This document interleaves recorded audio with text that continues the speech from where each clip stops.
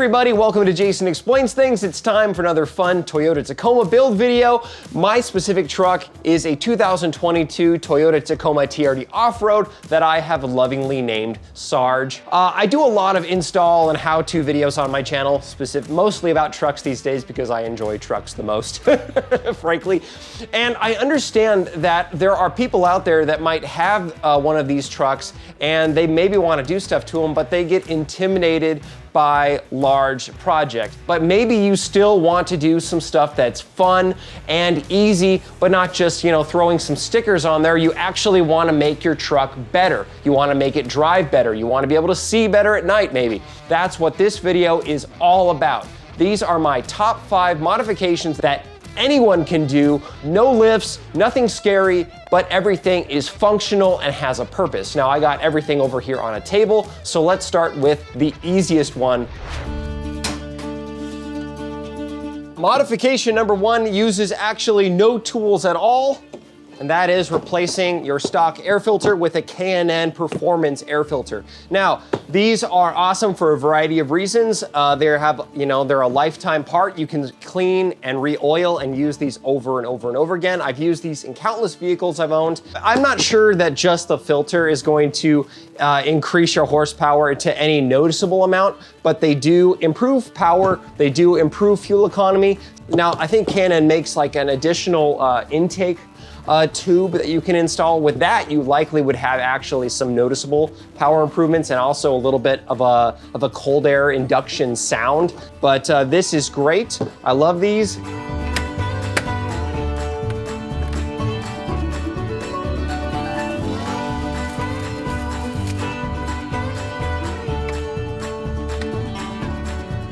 Adding a performance air filter is as simple as that. Now, these are the 2 products you're going to need to service your filter from time to time. First is a K&N filter cleaner that you use with that, and then you want to re-oil the filter with some air filter oil after it's clean. This next upgrade I personally love. These Amber Diode Dynamics SS3 Pros are a personal favorite of mine. I've had these on my 4Runner for about 9-10 months and they have never failed. They're incredibly bright. They are barely street legal. They are awesome at night in rain and snow and all those things. Now, you're gonna need a couple more tools than the air filter, but not much. Very much plug and play. Let's do it right now. Swapping fog lights on a Tacoma is very easy. It's a little tight, but you can actually replace them without having to take anything apart at all. I did peel back my wheel well liner to be able to get a GoPro shot of the procedure, but you don't need to do this. Reach your hand down to the fog light and unplug the wire harness. Remove the single screw from the mounting bracket and the light simply pops out. Let's unbox the new lights. As you can see, they're very high quality. They come with the LED pod lights for the driver and passenger side, corresponding brackets, and waterproof wire harnesses. Use the supplied hardware to mount the bracket to the light. These are adjustable. A good trick that I learned the first time I installed these is to make the back of the bracket even with the back of the light like you see here. Install the new light with the same mounting screw and plug in the harness. Now let's briefly chat about one annoying thing about installing LED lights. Before you button everything up, go ahead and test the light to make sure it functions properly, so let's do that right now. Oh, that's why we test. There we go. Awesome. All right, this is actually a blinding, perfect teaching moment. If you're installing LED lighting, whether this be fog lights or other things, and they don't work right off the bat, all you need to do is unplug the wiring harness, flip it around, plug it in again, and that will almost always make it work. If it doesn't work, you have an issue with your light or the wiring or something else like that. But yeah, just because of polarity, it's now working. It's awesome and horribly bright and great. Let's move on. Those fog lights are some of my favorite upgrades on my 4Runner. And another one of my favorites that I also did at the exact same time is interior lighting upgrades to these LEDs from Diode Dynamics.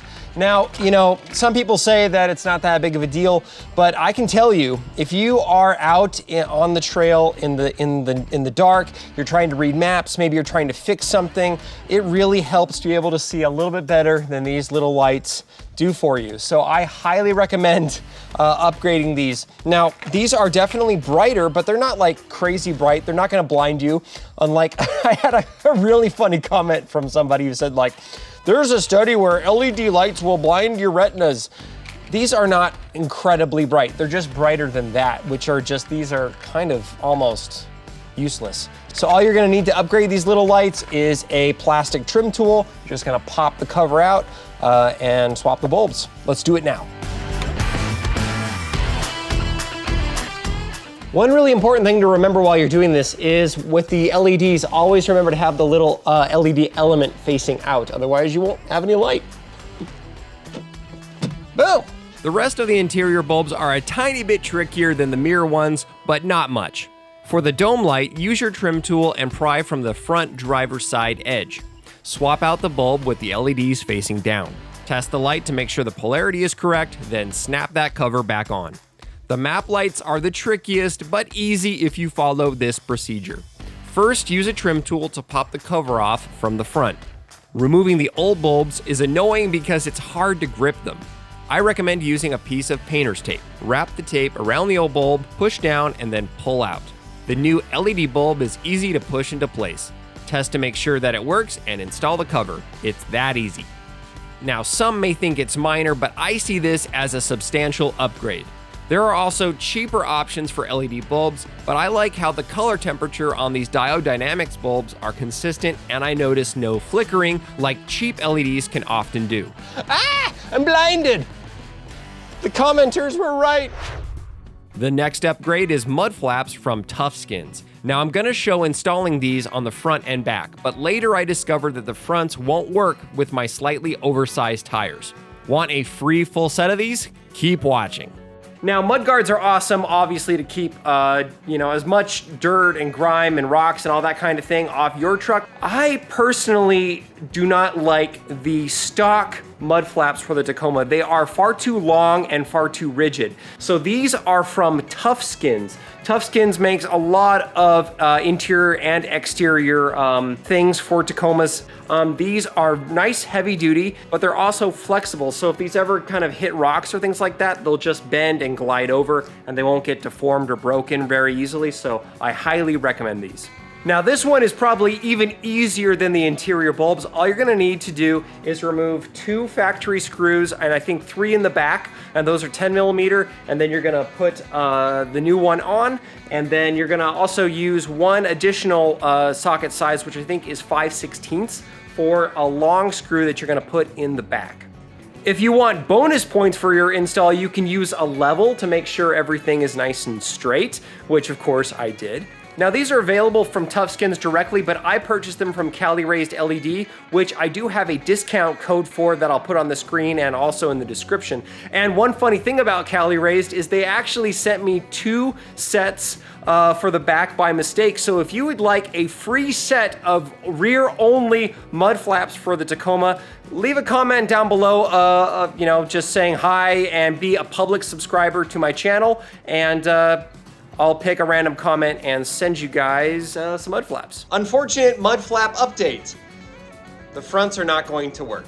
I have slightly oversized 32-inch tires on my Tacoma, so at full turn, we have rubbing.